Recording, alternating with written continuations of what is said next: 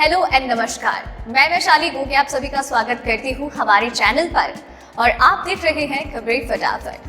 दोस्तों चलिए आपकी सुबह की शुरुआत करते हैं दिन भर की ताजा तरीन गर्मा गर्म खबरों के साथ। आप तो जानते ही हैं कि हाल फिलहाल में कोरोना वायरस और उसकी वैक्सीन के क्या मायने हैं। 16 जनवरी से देश में वैक्सीनेशन की प्रक्रिया शुरू होने वाली है। अमेरिका की राजनीति में एक नया उछाल देखने को मिल रहा है। लगातार ट्रंप पर शिकंजा कसा जा रहा है, तो साथ ही साथ किसान आंदोलन भी अपनी एक अलग ही गरिमा रखता है देश में, जिस पर लगातार चर्चाएं हो रही है। और इस तरह की और भी कई खबरें हैं जिनके बारे में हम आपको आगे वीडियो में बताएंगे, लेकिन उससे पहले चलिए एक नजर डाल लेते हैं सुर्खियों की ओर। किसानों का धरना जारी, लोहड़ी पर आज कृषि बिलों की जलाएंगे कॉपी। कोरोना वैक्सीन से शरीर में डाली जाएगी चिप, टीका लगवाने से बदल जाएगा डीएनए।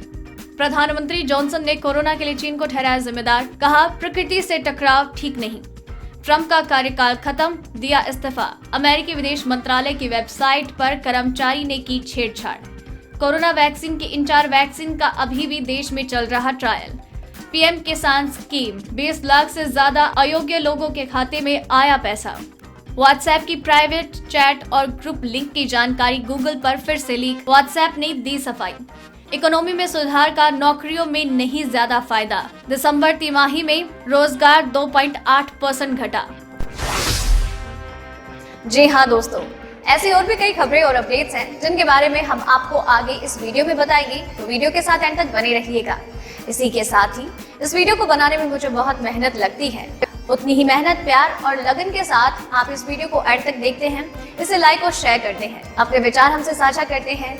आपका ये प्यार और सपोर्ट ही है जो हमें मोटिवेट करता है बेहतरीन काम करने के लिए, तो अपना ये सपोर्ट हमारे साथ यूं ही बरकरार रखिए। अब दोस्तों खबरों की ओर बढ़ते हैं। देश में कोरोना वायरस से संक्रमित मरीजों की संख्या कम होने लगी है। स्वास्थ्य मंत्रालय की ओर से जारी आंकड़ों के अनुसार पिछले 24 घंटे में कोविड-19 संक्रमण के 7,702 नए मामले सामने आए, जबकि 963 लोगों की जान गई। अब तक कोरोना केसेस की कुल संख्या 1,04,79,179 हो गई और देश में अब तक 1,51,327 लोग अपनी जान गंवा चुके हैं। फिलहाल 2,54,876 एक्टिव केस हैं। चलिए बढ़ते हैं अगली खबर की ओर। सुप्रीम कोर्ट ने तीनों कृषि कानूनों के लागू होने पर रोक लगा दी है। अदालत ने सरकार किसान संगठनों के बीच विवाद निपटाने के लिए जिस कमेटी का गठन किया, उस पर भी रार छिड़ गई है। किसान संगठनों का आरोप है कि कमेटी में शामिल चारों लोग पूर्व में कानून का समर्थन कर चुके हैं। ऐसे में अब किसान किस प्रकार अपनी बात सामने रखते हैं और आंदोलन किस ओर रुख करता है। बीजेपी की सांसद और बॉलीवुड एक्ट्रेस हेमा मालिनी ने धरने पर बैठे किसानों को लेकर सवाल खड़ा कर दिया। हेमा का कहना है, जो किसान धरने पर बैठे हैं उन्हें कानून में समस्या का ही नहीं पता। चलिए बढ़ते हैं अगली खबर की ओर। अमेरिका में नई सरकार बनने की तैयारी हो रही है और इस बीच मौजूदा राष्ट्रपति डोनाल्ड ट्रंप को झटके पर झटके दिए जा रहे हैं। डोनाल्ड ट्रंप लगातार अपने विरोधियों को करारा जवाब दे रहे हैं, लेकिन इस बीच अमेरिकी विदेश मंत्रालय की वेबसाइट पर एक अपडेट ने दुनिया भर में हलचल मचा दी है। यहाँ वेबसाइट पर अमेरिकी राष्ट्रपति डोनाल्ड ट्रंप उपराष्ट्रपति माइक पेंस के कार्यकाल को खत्म कर दिया गया और इस्तीफे की बात कही। दरअसल जब बीते दिन डोनाल्ड ट्रंप महाभियोग की प्रक्रिया को एक बकवास करार दे रहे थे, उसी बीच अमेरिकी विदेश मंत्रालय की वेबसाइट पर यह हलचल देखने को मिली। वेबसाइट पर मौजूद राष्ट्रपति उपराष्ट्रपति की प्रोफाइल पर जानकारी दी गई कि 11 जनवरी को दोनों का कार्यकाल खत्म हो गया। ऐसे में नई सरकार आने पर ही इसे अपडेट किया जाएगा। चलिए बढ़ते हैं अगली खबर की ओर। ब्रिटेन के प्रधानमंत्री बोरिस जॉनसन ने चीन के खिलाफ मोर्चा खोलते हुए उसे पूरी दुनिया के लिए संकट का सबब बनी कोरोना वायरस महामारी के लिए जिम्मेदार ठहराया। जॉनसन ने कहा कि चीन में होने वाली विकृत मेडिकल प्रैक्टिस, चिकित्सा अभ्यास की वजह से कोरोना वायरस वैश्विक महामारी का प्रसार हुआ। वैश्विक नेताओं के लिए एक संबोधन में जॉनसन ने उन लोगों पर हमला बोला जो ज्यादा क्षमतावान बनने के लिए बड़े पैमाने पर पेंगोलिन्स को पीसते हैं। ब्रिटिश प्रधानमंत्री जॉनसन ने ये टिप्पणी फ्रांस के राष्ट्रपति इमैनुअल मैक्रों की मेजबानी में हुए वन प्लैनेट सम्मेलन में दिए अपने भाषण के दौरान की। चलिए बढ़ते हैं अगली खबर की ओर। देश में कोरोना वायरस के खिलाफ 16 जनवरी से बड़ी जीत मिलने जा रही है। दरअसल इसी दिन से टीकाकरण की शुरुआत होने वाली है। इसके लिए विभिन्न राज्यों में वैक्सीन के पहुंचाने का काम भी शुरू हो गया। ट्रकों और विमानों के जरिए वैक्सीन को एक जगह से दूसरी जगह ले जाया जा रहा है। जैसे जैसे टीकाकरण का समय नजदीक आ रहा है, वैसे वैसे सोशल मीडिया पर इसे लेकर अफवाहें भी तेज हो रही है। लोग अफवाह उड़ा रहे हैं कि वैक्सीन के जरिए लोगों के अंदर एक चिप लगाई जा सकती है। वहीं कई लोग सुई पर भी सवाल खड़े कर रहे हैं। ऐसे में देश और दुनिया में कोरोना टीका और टीकाकरण को लेकर जो अफवाहें फैलाई जा रही है, उनसे लोगों के मन में वैक्सीन को लेकर अविश्वास पैदा हो रहा है। चलिए बढ़ते हैं अगली खबर की ओर। भारत में कोरोना वैक्सीन की सप्लाई होना शुरू हो गया है। 16 जनवरी से देश में टीकाकरण भी शुरू हो रहा है। ऐसे में देश में इन 2 वैक्सीन के अलावा 4 अन्य वैक्सीन पर भी काम हो रहा है। अहमदाबाद की कंपनी जायडस देश में तीसरी वैक्सीन ला सकती है। दिसंबर 2020 में वैक्सीन का दूसरा ट्रायल पूरा हो गया। रूसी वैक्सीन स्पुतनिक वी की सफलता का रेट 90% से ज्यादा माना गया है। इसका अभी भारत में ट्रायल हो रहा है। डॉक्टर रेड्डी लैब्स के साथ काम जारी है। 2 ट्रायल पूरे हो गए हैं और तीसरा ट्रायल हो रहा है। हैदराबाद की कंपनी द्वारा प्रोटीन आधारित वैक्सीन बनाने पर काम किया जा रहा है। जिनोवा द्वारा डेवलप की जा रही mRNA कोविड-19 वैक्सीन को 2 से 8 डिग्री के बीच स्टोर किया जा सकता है। कंपनी को पहले फेज के ट्रायल की इजाजत मिल गई है, जबकि दूसरा ट्रायल मार्च में शुरू होगा। अगर आपको लग रहा है कि खबरें खत्म हो गई है, तो ऐसा बिल्कुल भी नहीं है। आगे और भी कई महत्वपूर्ण खबरें बाकी है और आप चाहते हैं कि आप तक खबरें लगातार यूं ही आती रहे, तो अभी चैनल को सब्सक्राइब कीजिए, बेल आइकन को दबाइए ताकि आप तक सारे नोटिफिकेशन रेगुलरली आते रहे। अब दोस्तों चलिए अगले खबर की ओर बढ़ते हैं।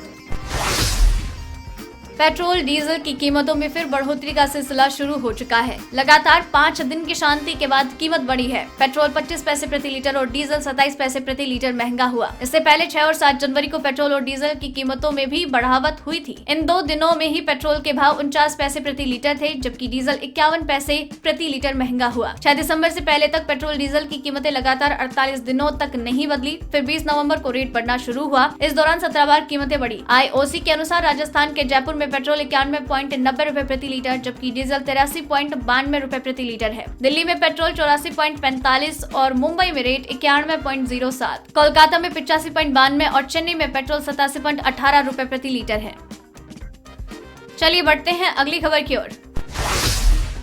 जनवरी का पहला हफ्ता भले ही गर्मी के कई रिकॉर्ड तोड़ चुका हो, लेकिन दूसरे हफ्ते में ही ठंड ने अपना असर दिखाना शुरू कर दिया। मौसम विभाग के अनुसार बुधवार को बर्फीली हवाओं से ठंड में बढ़ोतरी होने के आसार हैं। इस दौरान अधिकतम और न्यूनतम तापमान में भारी गिरावट होने की संभावना जताई जा रही है। लखनऊ के अलावा पूर्वी व पश्चिमी उत्तर प्रदेश के लगभग सभी जिलों में शीतलहर की संभावना है। मौसम विभाग के निदेशक JP गुप्ता ने बताया कि पहाड़ी क्षेत्रों में बर्फबारी, हिमस्खलन व बारिश होने के चलते उत्तरी पूर्वी हवाएं मैदानी क्षेत्रों का रुख लगातार कर रही हैं। इस वजह से ठंड बढ़ रही है। आज लखनऊ समेत प्रदेश भर में बर्फीली हवाओं के चलते कड़ाके की ठंड रहेगी।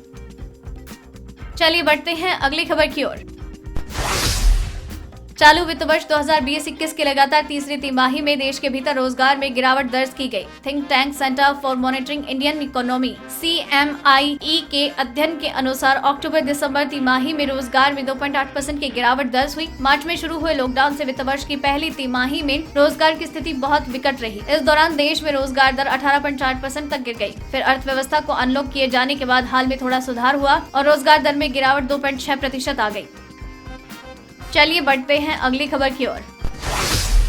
अपनी नई प्राइवेसी पॉलिसी को लेकर विवादों में घिरी व्हाट्सएप अब एक और विवाद में फंस गई। दरअसल व्हाट्सएप ग्रुप के मैसेज गूगल पर लीक हो गए और ऐसे में कोई भी गूगल पर व्हाट्सएप ग्रुप सर्च करके आपके चैट को पढ़ सकता था और आपके निजी ग्रुप को ज्वाइन भी कर सकता था। व्हाट्सएप की इस गलती की वजह से लोगों के व्हाट्सएप ग्रुप के सभी नंबर्स भी सार्वजनिक हो गए। अब व्हाट्सएप ने अपनी इस गलती पर सफाई दी। व्हाट्सएप ने सोमवार को कहा कि गूगल इंडेक्सिंग को रोकने के लिए जरूरी कदम उठा रहा है। व्हाट्सएप ने गूगल से ऐसी चैट को सार्वजनिक नहीं करने के लिए कहा और यूजर्स को सार्वजनिक रूप से एक्सेसिबल वेबसाइट्स पर ग्रुप चैट लिंक साझा नहीं करने की सलाह दी। चलिए बढ़ते हैं अगली खबर की ओर। पीएम किसान सम्मान निधि योजना के तहत करीब 20.48 लाख अयोग्य लाभार्थियों के खाते में 1364 करोड़ रुपए भेजे जा चुके हैं। पीएम किसान योजना के इस सिस्टम में सेंध लगाने वाले किसानों में सबसे ज्यादा पंजाब के किसान हैं। असम, महाराष्ट्र, गुजरात और उत्तर प्रदेश के किसान भी इसमें पीछे नहीं हैं। चौंकाने वाली बात यह है कि इन अयोग्य लाभार्थियों में करीब 55% इनकम टैक्स जमा करने वाले हैं। अन्य 44% किसान हैं, लेकिन इस योजना की योग्यता को पूरा नहीं करते। एक रिपोर्ट में कृषि मंत्रालय से सूचना के अधिकारी सरकार के तहत ये जानकारी सामने आई। अब इन अयोग्य लाभार्थियों को भेजी गई रकम वसूलने की प्रक्रिया शुरू कर दी गई है। ये भी स्पष्ट किया गया है कि गलत तरीके से लिया गया पैसा वापस नहीं करने पर कानूनी कार्यवाही होगी। तो दोस्तों, आज की इस वीडियो में बस इतना ही। खबरों का ये सिलसिला यही खत्म करते हैं, लेकिन आप तक खबरें लगातार आती रहेगी क्योंकि आपने अभी चैनल को सब्सक्राइब किया है, बेल आइकन को दबाया है, सो दैट आप तक नोटिफिकेशन आते रहेंगे। वीडियो पसंद आई तो इसे लाइक और शेयर करें, और वीडियो को एंड तक देखा तो खबरों के बारे में अपने विचार हमसे साझा करें और नाम मेंशन करना बिल्कुल ना भूलें। धन्यवाद।